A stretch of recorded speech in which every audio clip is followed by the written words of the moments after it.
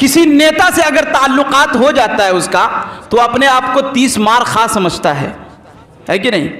या उसका गैंग अगर चलता है तो अपने आप को बहुत बड़ा ताकतवर समझता है। किसी के सामने किसी से भी लड़ लेता है, किसी से झगड़ लेता है।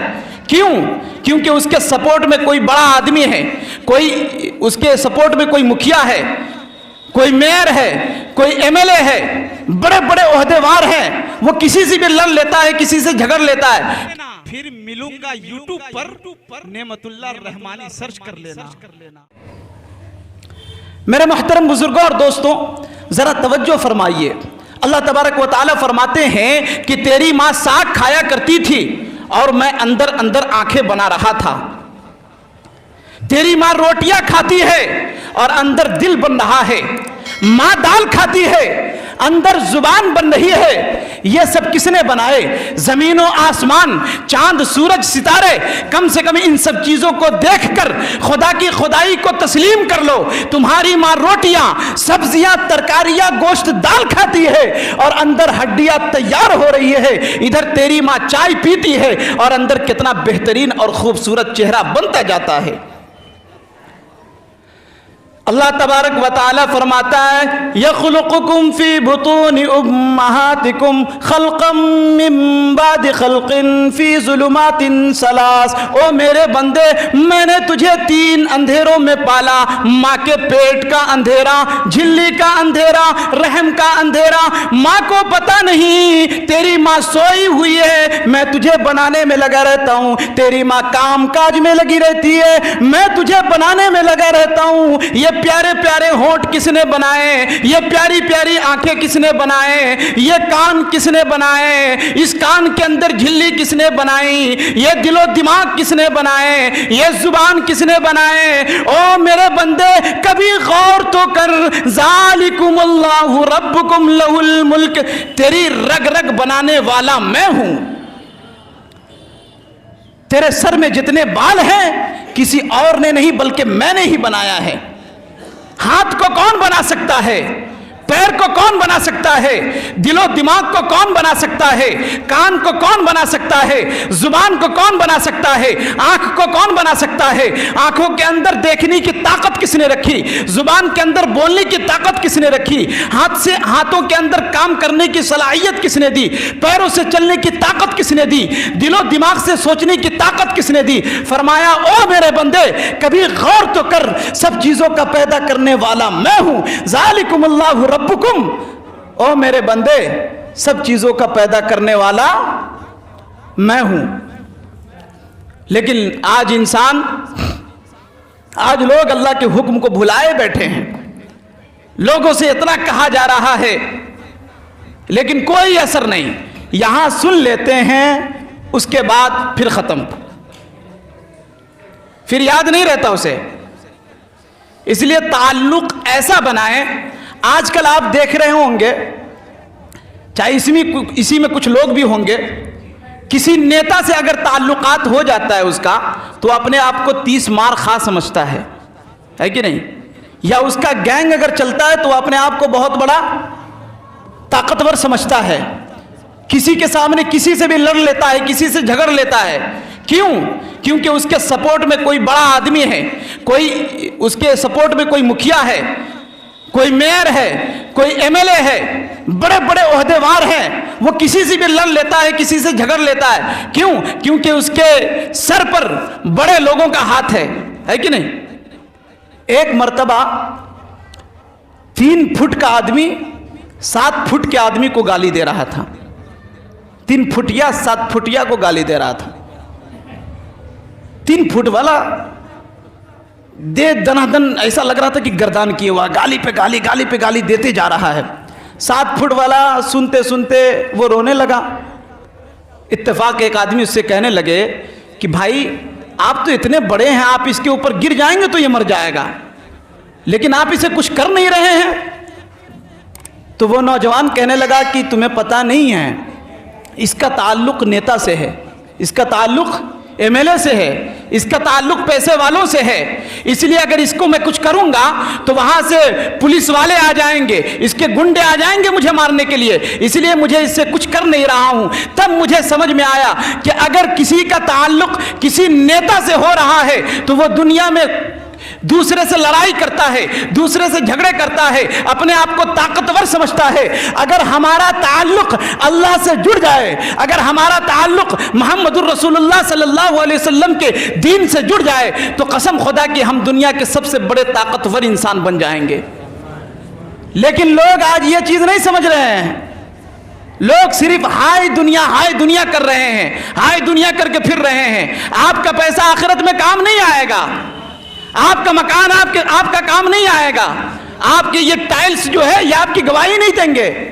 लोग टाइल्स लगा लेते हैं घर में, आलीशान घर बना लेते हैं, एसी लगा लेते हैं, सोफा सेट लगा लेते हैं, सोफे पे बैठ के कहते हैं वाह अब लग रहा है कि मैं मालदार हो गया हूं।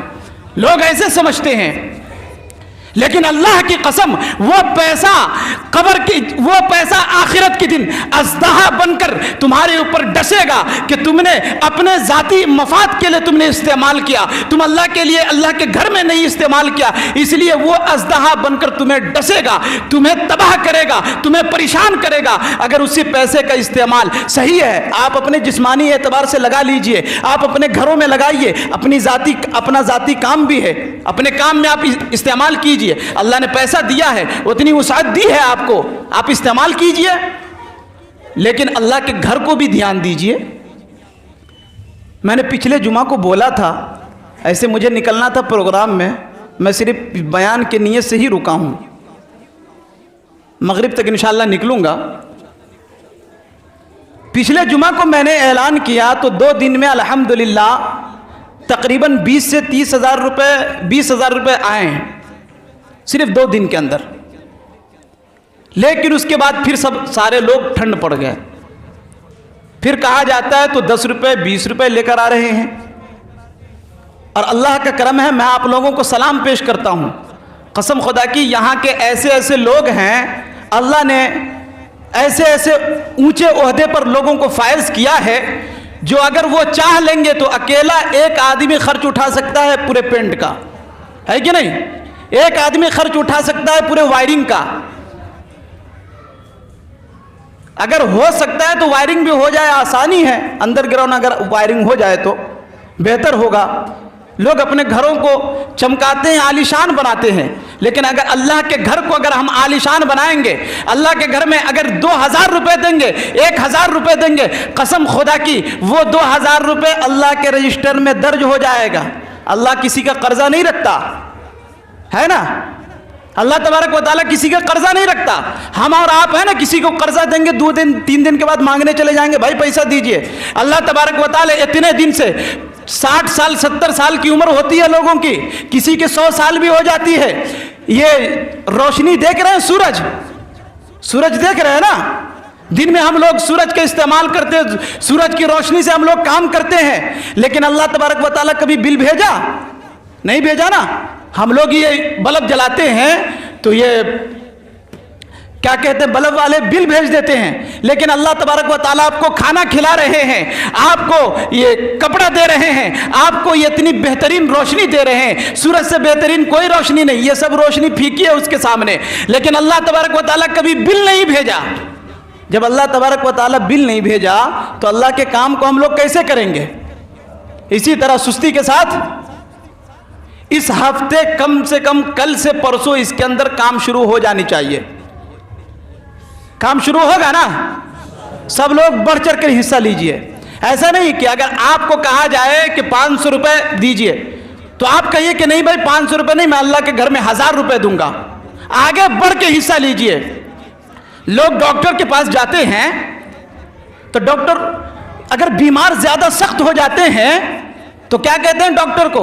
डॉक्टर साहब जितना पैसा लग जाए आप मरीज को ठीक कर दीजिए। बोलते हैं ना भाई, जितना पैसा लग जाए मरीज को ठीक कर दीजिए। जितना पैसा लग जाए आप अच्छी दवा दीजिए ताकि मेरा मरीज ठीक हो जाए, है कि नहीं, काम करने के लायक हो जाए। लेकिन कसम खुदा की मैं मिंबर से कह रहा हूं कि अगर वही पैसा अगर आप पहले सदका कर देंगे, वही पैसा अगर अल्लाह के राह में खर्च करेंगे, कसम खुदा की जितनी मुसीबतें हैं, जितनी परेशानी आप पर आने वाली है, अल्लाह सब परेशानियों को टाल देगा। लेकिन करके तो देखें, हम लोग करते नहीं हैं लेकिन बोलते बहुत है। अभी काम शुरू होगा ना, देखेंगे बहुत ऐसे लोग आएंगे माशाल्लाह, ओहदेदार लोग आएंगे, बड़े बड़े लोग आएंगे जिनको 1000 2000 रुपए देने की तौफीक भी नहीं होगी, लेकिन वो आके नुक्स निकालेंगे कि ये पेंट ऐसा नहीं ऐसे होनी चाहिए, ये ऐसा नहीं ऐसा होना चाहिए, है कि नहीं। ऐसा होता है जब काम शुरू हो जाता है ना, तो लोग समझते हैं, लोग अपने आप को बताने लगते हैं कि ऐसा नहीं ऐसा होना चाहिए। इसलिए मेरे भाइयों थोड़ी सी तवज्जो मस्जिद पे भी दीजिए। अपने घर पे दे ही रहे हैं, अपने बदन पे दे रहे हैं, अपने जिस्म पे दे रहे हैं, अल्लाह के घर में दीजिए, इंशाअल्लाह बहुत नफ़ा होगा।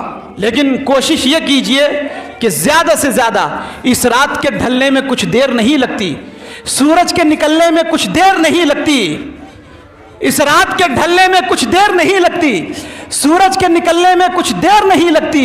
और मत देख हिकारत से मजदूर के बच्चों को, तकदीर बदलने में कुछ देर नहीं लगती। इसलिए मेरे भाइयों थोड़ी तवज्जो मस्जिद पे भी दीजिए। जितनी बातें कही गई अल्लाह उन सब पर अमल करने की तौफीक अता फरमाए। वमा अलैना इल्लल बलाग।